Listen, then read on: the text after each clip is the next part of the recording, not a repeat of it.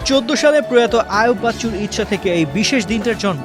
ডিসেম্বরের প্রথম দিনটিকে তিনি চেয়েছিলেন ব্যান্ডের দিন হিসেবে দেখতে। সেই থেকে ডিসেম্বরের প্রথম দিন হয়ে উঠেছে ব্যান্ড মিউজিকের উৎসব।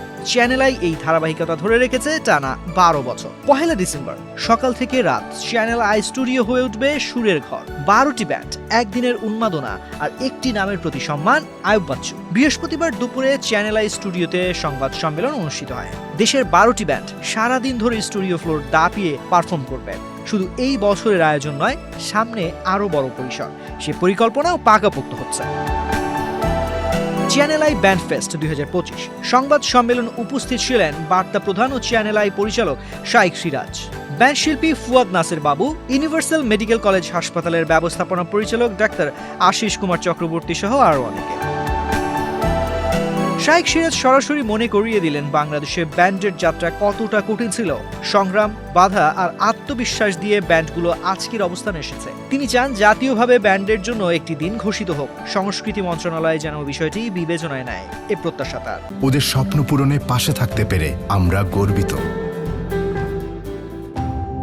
এটা চ্যানেল আইর উদ্যোগে 1 ডিসেম্বরকে ব্যান্ড ফেস্টের একটা কথা আমরা বলছি, আয়ুব বাচ্চুর আগ্রহী করা হয়েছিল, কিন্তু এটা 12 বছর পড়লো এবছর এসে। আমরা 12 বছর পূর্ণ যেন একযুগ পূর্তি পালন করব, তখন বড় আকারে একটা আয়োজন করার পরিকল্পনা করছি। তার আগে যদি বাম্বা বা সঙ্গীতের ব্যান্ডের সঙ্গীতের সাথে যে সমস্ত সংগঠনগুলো জড়িত আছে, চ্যানেল আই, সবাই মিলিয়ে যদি সরকারের সাথে, বিশেষ করে সংস্কৃতি মন্ত্রণালয় বা কনসার্নিং মিনিস্ট্রি যেগুলো আছে তাদের সাথে কথা বলে এই 1 ডিসেম্বরকে জাতীয়ভাবে ব্যান্ড ফেস্ট ডে করা যায়, তাহলে এটা একটা ভালো।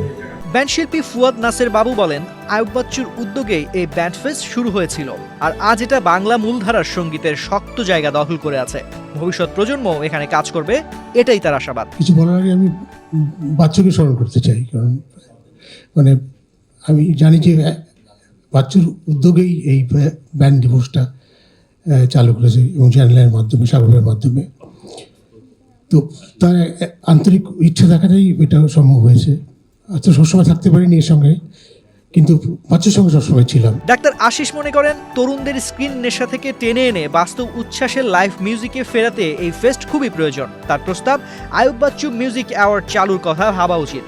বাংলাদেশের রক আইকন প্রয়াত আয়ুব বাচ্চুকে নিয়ে গত 12 বছর ধরে যে আয়োজনটি হয়ে যাচ্ছে, ব্যান্ড ফেস্ট, চ্যানেল আই নিবেদিত। তো এই বছর আমাকে চ্যানেল আই থেকে বলা হলো যে এই আয়োজনটির সাথে সম্পৃক্ত থাকার জন্য। তো ইউনিভার্সাল মেডিকেল কলেজ হসপিটাল একটি শিল্পী বান্ধব হাসপাতাল, কারণ এটা বাচ্চু ভাইয়ের একটা স্বপ্ন ছিল, সেই স্বপ্নটাকে আমরা বয়ে নিয়ে যাচ্ছি।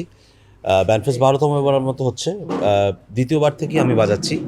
তাই যেটা হয়, ব্যান্ড ফেস্টটা বাংলাদেশের ব্যান্ড মিউজিকের জন্য একটা খুব সিগনিফিকেন্ট ডে, কারণ ব্যান্ড মিউজিকের যে ইম্পর্টেন্স সেটাকে প্রতিষ্ঠা করার ক্ষেত্রে এই দিনটা হয়তো একটা ভূমিকা রাখবে ভবিষ্যতেও। আর নতুন করে বলার কিছু নাই, বাচ্চু ভাইকে স্মরণ করছি। বাচ্চু ভাই এখন নাই, বাচ্চু ভাইয়ের স্বপ্নটা আমরা সবাই মিলে এগিয়ে নিয়ে যাচ্ছি।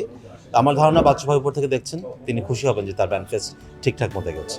12তম চ্যানেল আই ব্যান্ড ফেস্টে প্রযোজনায় আছেন অনন্যা রুমা এবং প্রকল্প পরিচালক রাজু আলিম। ব্যান্ড ফেস্ট এখন শুধু অনুষ্ঠান নয়, সঙ্গীতের উত্তরাধিকার বয়ে নেওয়ার জায়গা, তারুণ্য, স্মৃতি আর নতুন সুরের মিলন মেলা। চ্যানেল আইয়ের বড় পরিসরের পরিকল্পনা বাস্তবায়ন হলে বাংলাদেশে ব্যান্ড মিউজিকের স্বীকৃতি আরও দৃশ্যমান হবে। এবারের ব্যান্ড লাইন আপ উচ্চারণ: পার্থিব, শিরোনামহীন, তরুণ, মেহেরিন, অবস্কিউর, ফিডব্যাক, নির্ঝর, স্টার্লিং, সিফোনি, নোভা, ডিফারেন্ট টাচ। বিনোদন ডেস্ক, বাংলাদেশ প্রতিদিন।